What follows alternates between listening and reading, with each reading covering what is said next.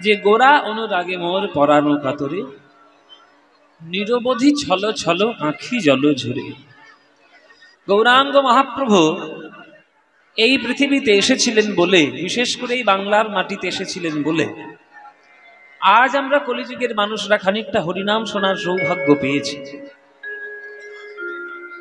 এই যে কীর্তন আপনারা ভালোবেসে এখানে এসে বসেন, হাজার হাজার মানুষজন কত কিলোমিটার দূর থেকে গান শুনতে আসে, 20 কিলোমিটার 25 কিলোমিটার দূর থেকে তারা টোটো নিয়ে, বাইক নিয়ে, গাড়ি নিয়ে তারা গান শুনতে আসে। এই অনুরাগটা তৈরি হয়েছে মহাপ্রভুর জন্য, তৈরি হয়েছে মহাপ্রভুর জন্য, আর বৃদ্ধি পেয়েছে নিত্যানন্দ প্রভুর জন্য। ওই জন্য দুজনের অবদান বাঙালি জাতি যেন কোনোদিন না ভোলে।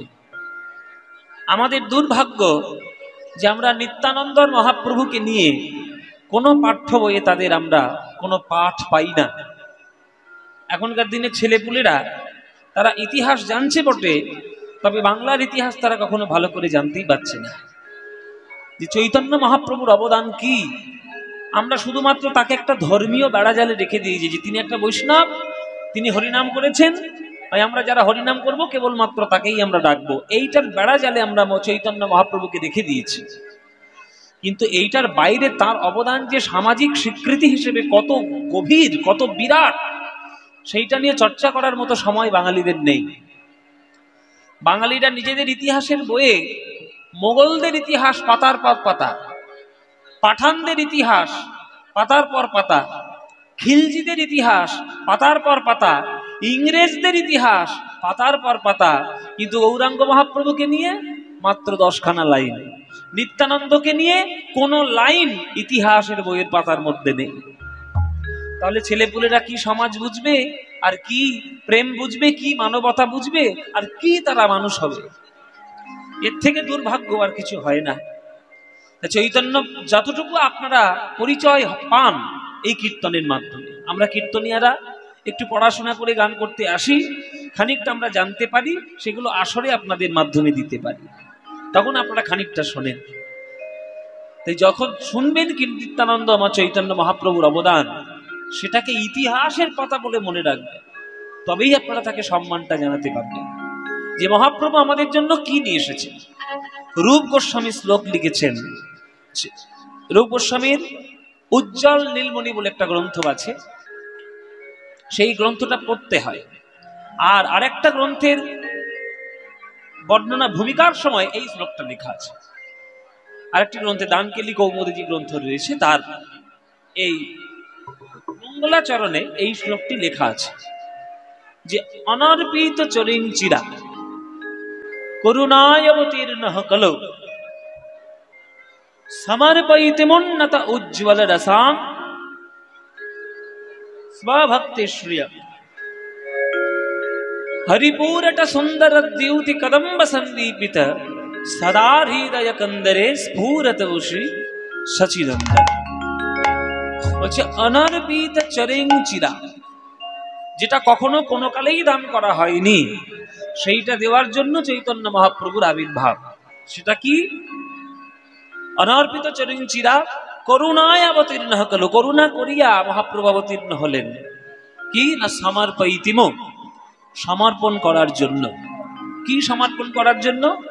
না উন্নত উজ্জ্বল রসাং স্বভক্তি শ্রিয়ম, উন্নত উজ্জ্বল রসে সমৃদ্ধ নিজের ভক্তি সম্পদ দেওয়ার জন্য মহাপ্রভুর আবির্ভাব।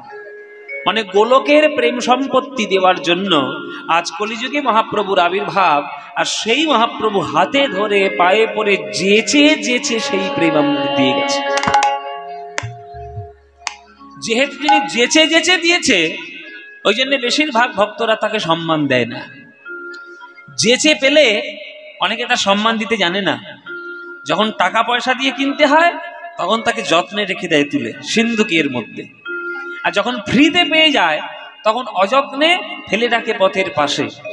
আমাদের দশা তাই হয়েছে।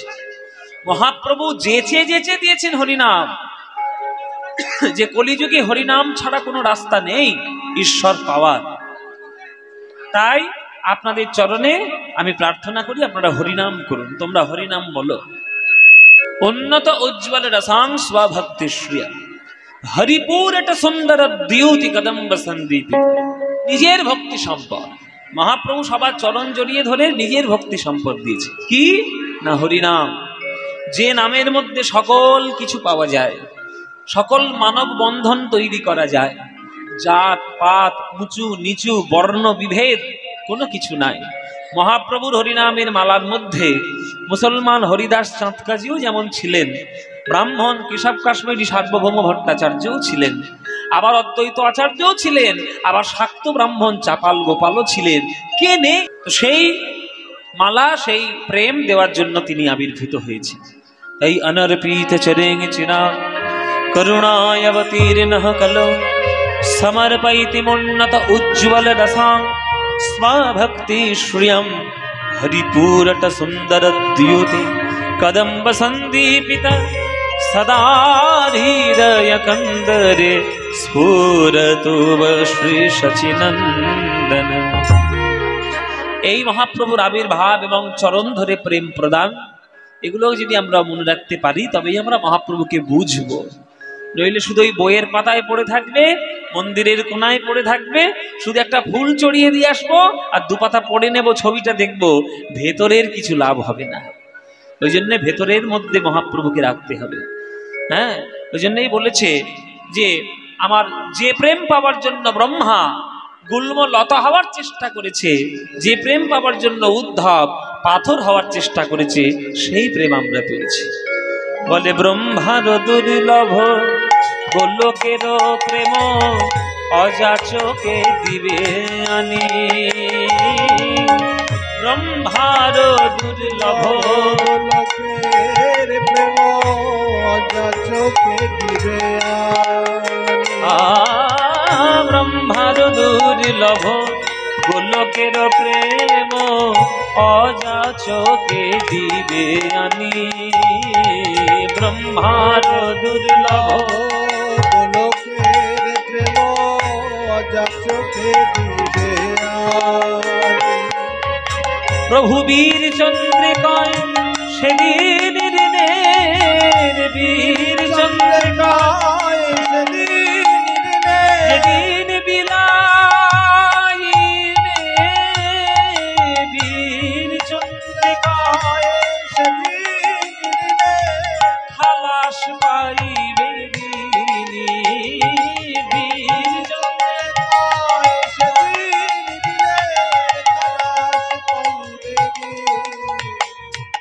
সেদিন তুমি মুক্তি পাবে, সেদিন তুমি মুক্তি পাবে।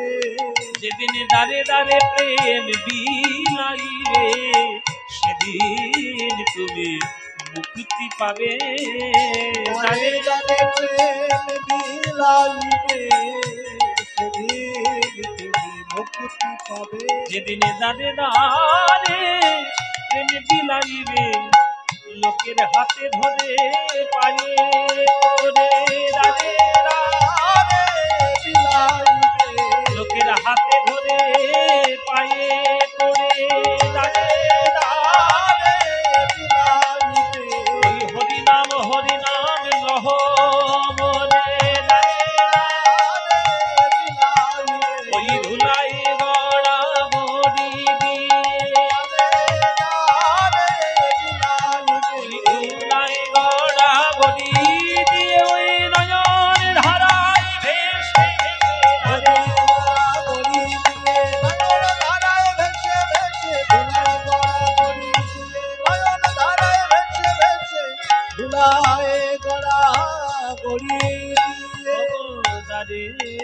দারে দারে বিলাই রে।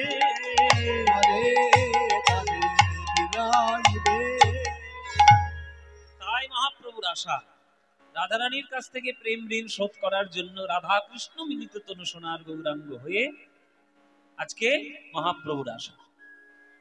তাই মহাপ্রভু যে প্রেম, যে সম্পত্তি দিয়ে গেছেন, এই সম্পত্তি আমরা আর ত্রিভুবনে কোথাও পাবো না, কোনোদিন পাবো না। সেই গৌরাঙ্গকে দেখে আজকের নদিয়া নাগরীদের কি অবস্থা, সেটা গৌরচন্দ্রিকার মধ্যে বর্ণনা হচ্ছে। তাই রূপ অনুরাগ, রূপানুরাগ, রূপ বর্ণনা নয়, রূপ বর্ণনা হলে আলাদা গৌরচন্দ্রিকা হতো, কিন্তু যেহেতু রূপানুরাগ ওই জন্য গৌরচন্দ্রিকা আলাদা। যে গোরা অনুরাগে মোর পরানো কাতরে, নিরবধি ছল ছল আখি জল ঝুরে। যে একবার গৌরাঙ্গ মহাপ্রভুকে দেখেছে আর তার অন্য কোনো রূপের দিকে তাকাতে ইচ্ছে হবে কি? কখন ইচ্ছে হবে? ও মায়েরা, যার মধু একবার ভালো লাগে, মধু খাওয়ার পর ওই বাতাসা চাটতে ভালো লাগে? মধু খাওয়ার পর বাতাসা চাটতে ভালো লাগবে?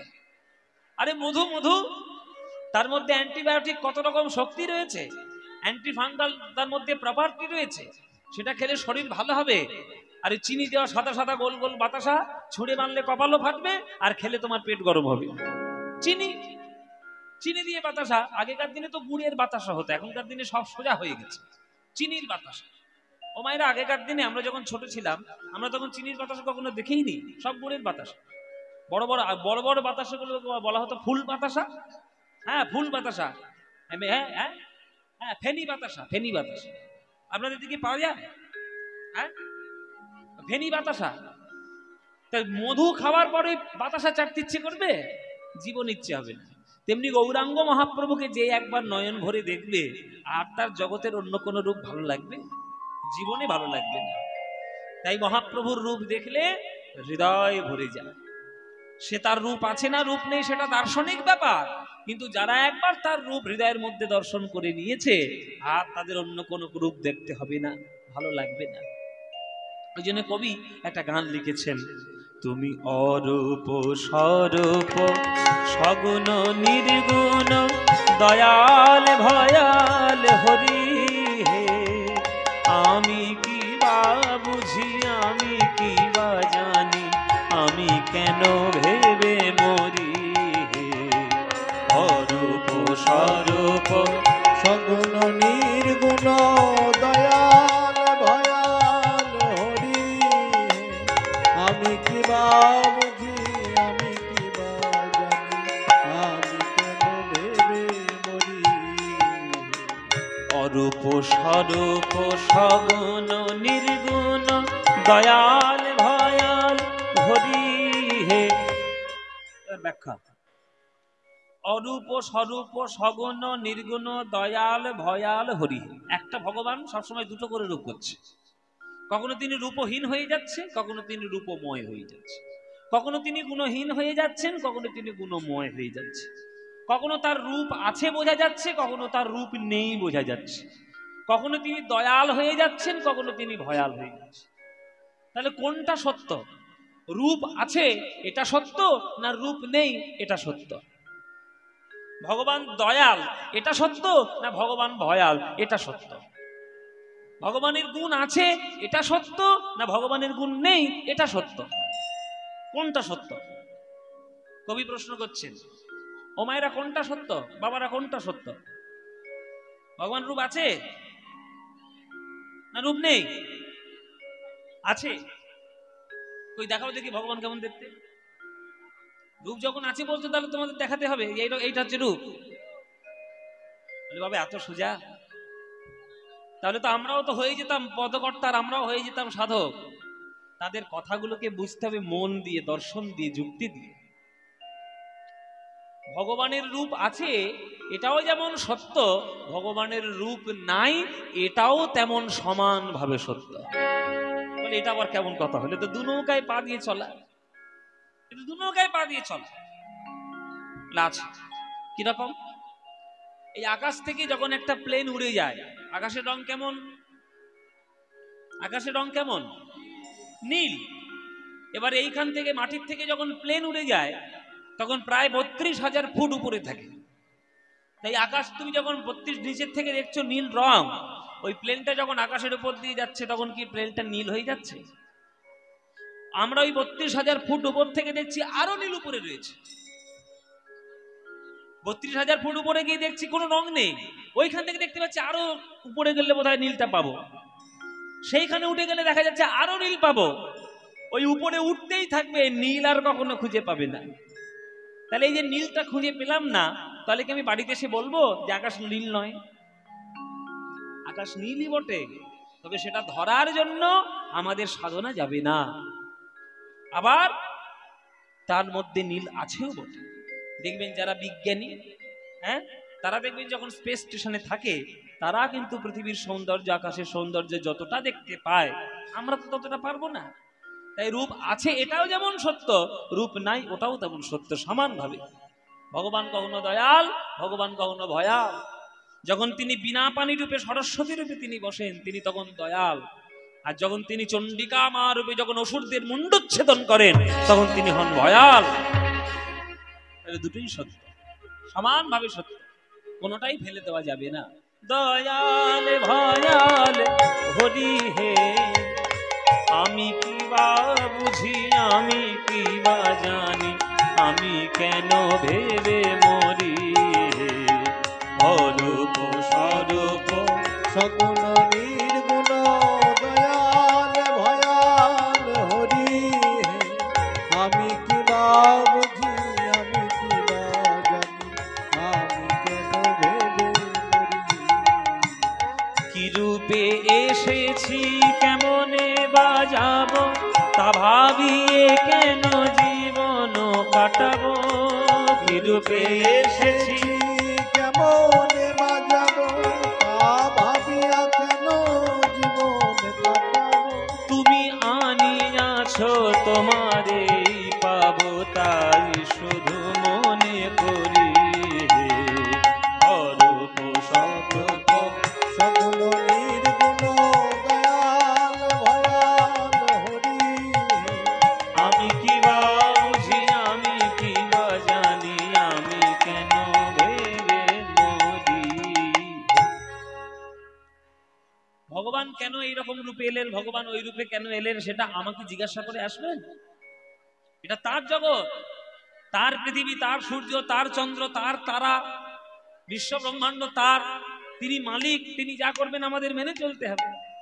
আমরা তো দাস মাত্র, তার উপরে দখলদারি করার অধিকার তো আমাদের নেই। তা তিনি যদি দয়াল মনে করে আসতে চান তো দয়ালই হবেন, তিনি যখন ভয়াল রূপে আসতে চান তো ভয়ালই হবেন। কোন পুজোটা করা ভালো? সরস্বতী পুজো করা ভালো না কালী পুজো করা ভালো? কোন পুজোটা করা ভালো মায়েরা? দুটোই ভালো। ওমা, আপনি সরস্বতী পুজো করলে আপনি কালী পুজো করবেন না?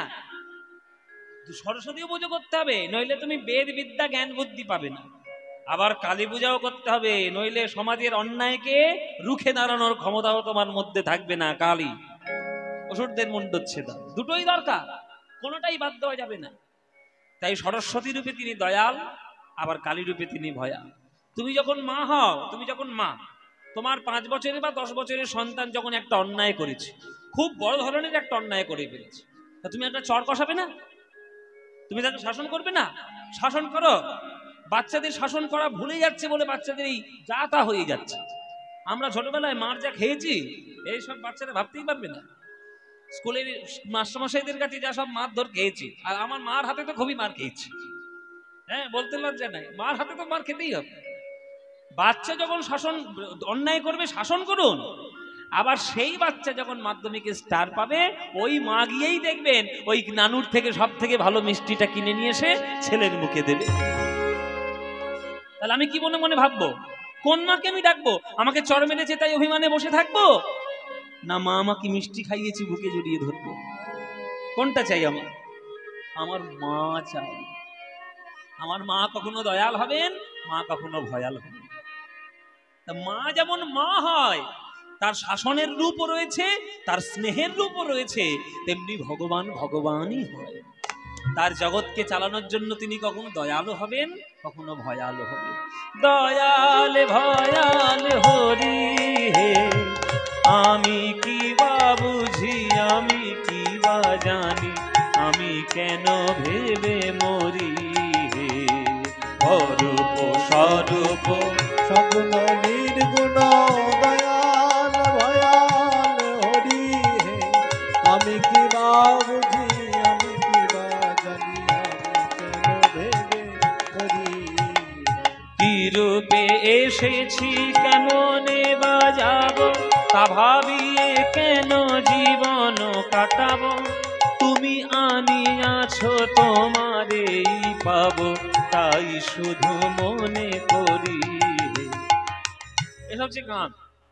এই গান শুনলে আমাদের জীবন পরিবর্তন হয়, তাই এইগুলোই হচ্ছে প্রকৃত গান। ও মায়েরা, সমুদ্রের তীরে যখন বেড়াতে যাবে, দেখবে সমুদ্রের তীরে সমুদ্র থেকে যখন ঢেউগুলো আছাড় খেয়ে পড়ে, আছাড় খেয়ে কোথায় পড়ে? পাড়ের মধ্যে আছাড় খেয়ে পড়লো। এবার পাড়ে আছাড় খেয়ে পড়ার পর সেই ঢেউয়ের জলটা কোথায় চলে যায়? উপরের দিকে উঠে চলে যায় না, সেই জলটা বাবা জলটা আবার ঘুরে ফিরে তো সমুদ্রেই চলে যায়। তা সমুদ্র হচ্ছেন ভগবানের মতো, আমরা হলাম ওই ঢেউয়ের মতো ছোট ছোট তরঙ্গ। আমরা ভগবানের থেকেই এসে জগতের পাড়ে আছাড় খেয়ে পড়েছি, আবার জগৎটা যখন শেষ হবে আমরা এই জগৎ ছেড়ে তার কোলেই চলে যাব, যাব তার কাছেই। সুতরাং যাওয়াটা সেখানেই হবে, এই জন্য তাকেই আদর্শ করে জীবনে চলতে হবে। নইলে পাবে কি করে? কি রূপে এসেছি, কেমন এবার যাব, তা ভাবিয়ে কেন জীবন কাটাবো? তুমি আনিয়াছো তোমারেই পাবো, তাই শুধু মনে করি। না রাখি জটিল ন্যায়ের বারতা, বিচারে বিচারে বাড়ে অসারতা। আমি জানি তুমি আমারই দেবতা, তাই আনি হৃদে বলি, তাই আনি হৃদে বলি। না রাখি জটিল ন্যায়ের বারতা, বিচারে বিচারে বাড়ে অসারতা। যত যুক্তি তর্ক দেবে ভগবান তত তোমার থেকে পালাবে, জীবনে ভগবান তার কাছে আসবে না। আমরা তো যুক্তির মাধ্যমে ভগবানকে পেতে চাই। প্রেম ভালোবাসাকে আমরা যুক্তি দিয়ে ভাবি, স্বার্থপরতা দিয়ে ভাবি, কিন্তু প্রেম ভালোবাসা ভগবানের ভক্তি এগুলো যুক্তি দিয়ে হয় না। যত যুক্তি দেবে তত পালাবে ভক্তি। বিশ্বাসে মিলায় বস্তু, তর্কে বহুদূর। তর্ক করা যাবে না, বিশ্বাস করতে হবে। বিশ্বাস করলে যে ভগবান মেলে আমরা ভালো করেই জানি, আমি ভালো করেই জানি একদম। আমি বিশ্বাস করে যদি গান গাই, তেহাই করে গান সময় আসবেই আসবে, যদি বিশ্বাস করি। আর যদি বিশ্বাসটা ডগমগ করে, আসবে না, সময় হারিয়ে যাবে গান। এই জন্য বিশ্বাস করতে হয় যে ভগবান আছে, তার চরণে পাবো। আর বিশ্বাস না করলে যুক্তি দাও, আর যেই আপনি যুক্তি দেওয়া শুরু করবেন ভগবানের জীবনে তোমার ধারে কাছে যাবে না। কেননা ভগবান বলবে যে তোর যদি যুক্তি দিয়ে আমার পাওয়ার ইচ্ছে তো যুক্তি দে, তোর কত পড়াশোনা দেখি, ভগবান পালাবে। ওই জন্য ভক্তি আর যুক্তি খানিকটা তেল আর জলের মতো।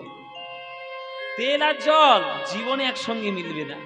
যতই মিক্সচার গ্রাইন্ডারে তুমি ঘুরিয়ে দাও, ও তেল ঠিক উপরে ভেসে থাকবে, জল নিচে পড়ে থাকবে।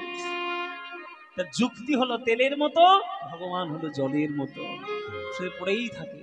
ওই জন্য পেতে গেলে যুক্তি দিতে হবে। যুক্তি থাকা ভালো, একেবারে যুক্তি থাকা ঠিক নয়, এই নেই এরকম ঠিক নয়। যুক্তি থাকা ভালো, পড়াশোনা জানা ভালো, জ্ঞান থাকা ভালো, অবশ্যই জ্ঞান শিখতে হবে।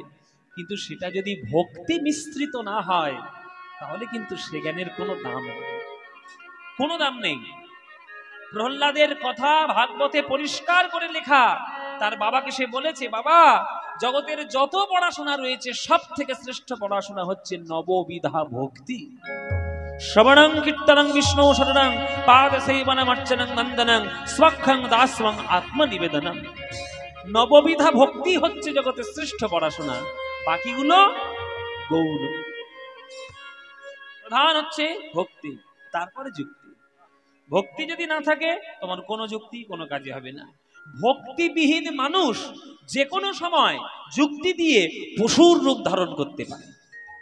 তার প্রমাণ আছে বাবা, তার প্রমাণ দিচ্ছি। Doctor APJ Abdul Kalam, doctor APJ Abdul Kalam বিরাট পড়াশোনা করেছেন। পড়াশোনা করে তিনি কি করেছেন? ভারতের সেবায়, ভারতের সেবার জন্য নিজেকে উৎসর্গ করেছেন।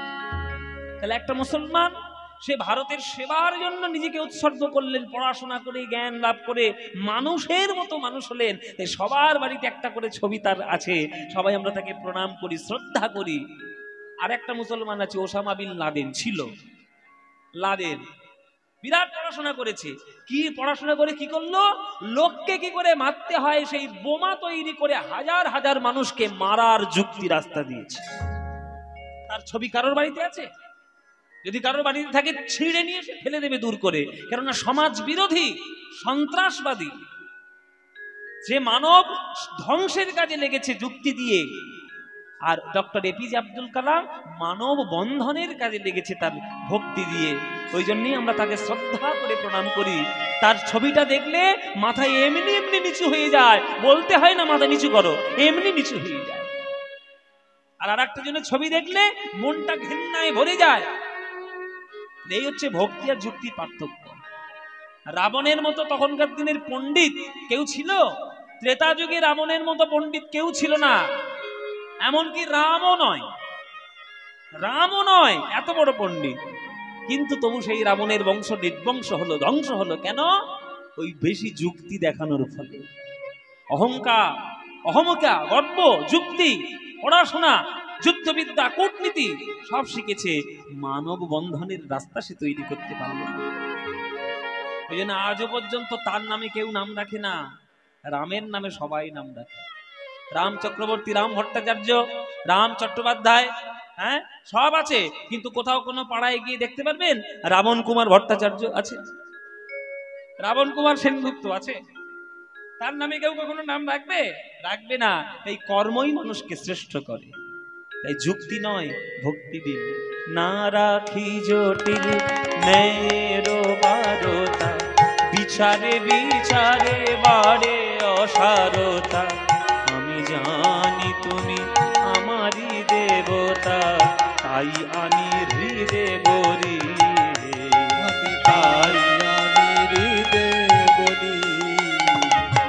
তাই বলে ডাকি প্রাণ যাহা চায়, ডাকিতে ডাকিতে হৃদয় জুড়ায়। তাই বলে ডাকি প্রাণ যাহা চায়, ডাকিতে ডাকিতে হৃদয় জুড়ায়। যখনই যে রূপে প্রাণ ভরে যায়, তাই দেখি প্রাণ ভরি। আপনাদের এই বীরভূম জেলা শাক্ত আর বৈষ্ণবের মিলন ক্ষেত্র, না মায়েরা বাবারা? বীরভূম জেলা শাক্ত আর বৈষ্ণবের মিলন ক্ষেত্র না? বৈষ্ণব যদি পেতে যাও দেখবেন রামচন্ডী দাস, আমাদের জয়দেব গোসাবার রামচন্ডী দাস, সেও আবার বাসুনি মায়ের ভক্ত, সেও আবার মায়ের ভক্ত বলেই আজকের পদাবলী রচনা করেছেন। আর তার পদাবলী মহাপ্রভু মাথার উপরে শ্রেষ্ঠ করে রেখেছে। তাহলে বৈষ্ণবদের ক্ষেত্র। আর নিত্যানন্দ প্রভু মানে বৈষ্ণবদের একেবারে তীর্থভূমি। আবার সাধন ক্ষেত্রে দেখুন, সাধক বামা খাবার জন্মস্থান ওইখানে। তাহলে আমার যাকে মনে হবে আমি তাকেই ডাকবো। আমি কার যুক্তি শুনবো? শুনি। আপনার যাকে মনে হবে তাকেই ডাকবে। কালীকে ডাকতে ছিল কালীকে ডাকুন, সরস্বতীকে ডাকতে ছিল সরস্বতী ডাকুন, শিব, সূর্য, গণেশ, হ্যাঁ আমাদের নিতাই, আমাদের গৌর, যাকে মনে হবে তাকে ডাকুন, কোনো বিচার নেই। শুধু ভক্তিটা মনে যত্ন করে রাখতে হবে। ঘরে যদি চাল থাকে তুমি নানান ধরনের রান্না করতে পারো, আর চালই নেই তুমি সারাক্ষণ শুধু তরকারি রান্না করে যাচ্ছ, খাবে কেউ? কি গো মায়েরা, আমি বাস্তব কথা দিয়ে উদাহরণ দিতে ভালো লাগে। ঘরে তোমার চাল আছে, তুমি পনিরের তরকারিও করতে পারবে, এঁচড়ের তরকারিও করতে পারবে, কিন্তু তোমার ঘরে চালই নেই, তুমি শুধু এঁচড় খাচ্ছ, শাক খাচ্ছ, চাটনি খাচ্ছ, টক খাচ্ছ, হবে? ভাল লাগবে? চালটা মূল দরকার, তার ভাতের সঙ্গে তো খাবে নাকি?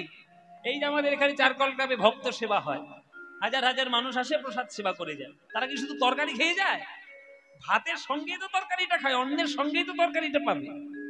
ওই অন্ন, ওই চাল হচ্ছে ভক্তি। ভক্তি ঠিক করো, ভক্তি ঠিক করলে সব ঠিক হয়ে যাবে। ওই জন্য ভক্তিটা না হলে অন্য কিছুই থাকবে না। হ্যাঁ, তাই বলে ডাকি প্রাণ যাহা চায়, ডাকিতে ডাকিতে হৃদয় জুড়ায়। যখনই যে রূপে প্রাণ ভরে যায়, তাই দেখি প্রাণ ভরি। অরূপ স্বরূপ সকল নির্গুণ দয়াল ভয়াল হরি হে। আমি কি বা বুঝি, আমি কি বা জানি, আমি কেন ভেবে মরি, আমি কেন ভেবে মরি, আমি কেন ভেবে মরি। তাই ভগবানের রূপ সকল রূপেই আমার কাছে আরাধ্য। তাই গোড়াই অনুরাগে মনে পরানো কাতরে, নিরবধি ছল ছল আখি জল জুড়ে, আখি জল জুড়ে। ও গোগোনা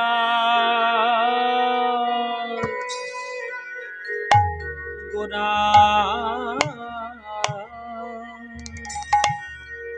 ও গোনা গোনা করি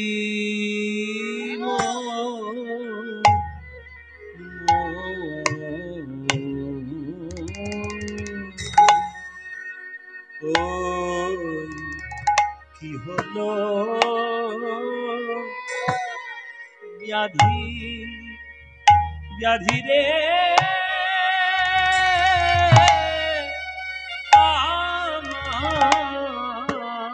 আমার গোরা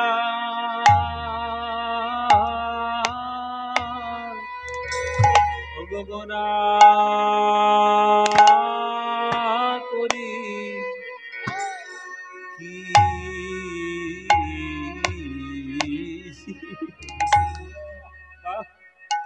ওগো কি হলো ব্যাধি ওগো আমার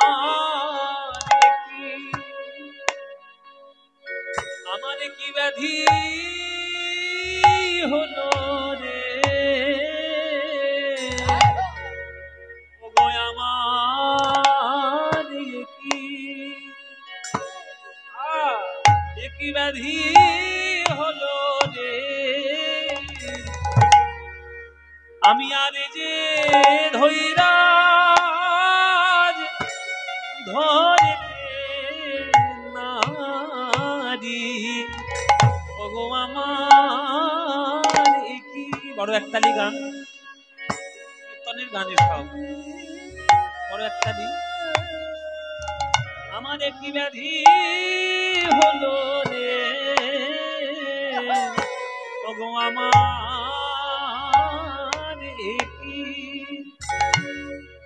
একই ব্যাধি হলো রে আমি আর যে ধৈরাজ ধরতে নারী ওই রূপ সদাই আমার হিয়ায় জাগে আর যে ধৈরাজ ধরতে নারী সদাই বাজা বাবা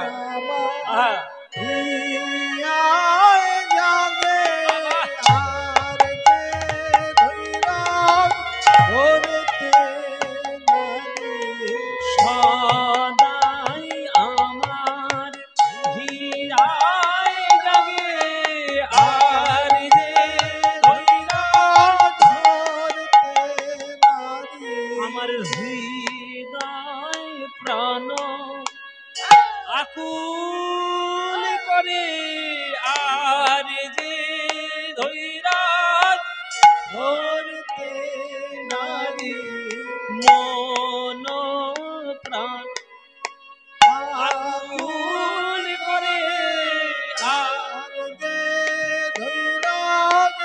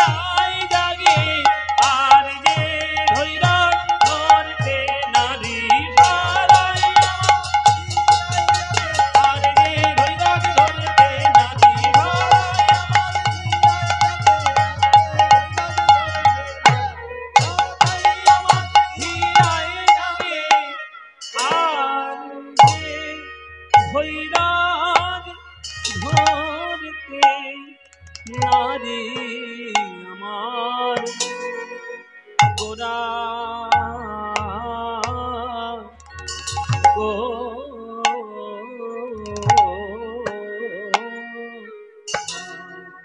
গোরা গোরা করি কি হলো ব্যাধি রে গোরা গোরা করি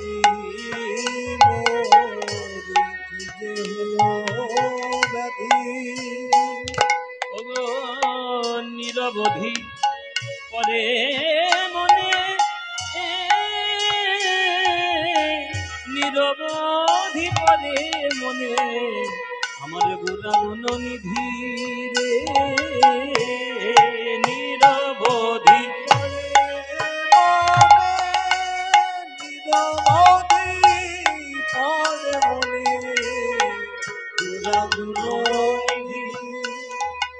আমি ধৈর্য ধরতে পারছি না চিরকালে আমার দিবারাতি আমার হৃদয়ে জাগি আমি হিয়া ধরতে না দিব আমি ধরতে না দিব ওই গোরা রূপে নয়নে দিয়ে ধরতে না দিব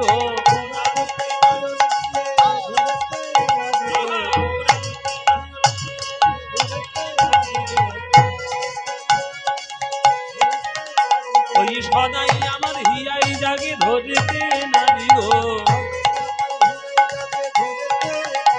ওই হৃদয় মনে আকুল করে গোরা গোরা গোরা বলে হৃদয় মন আকুল করে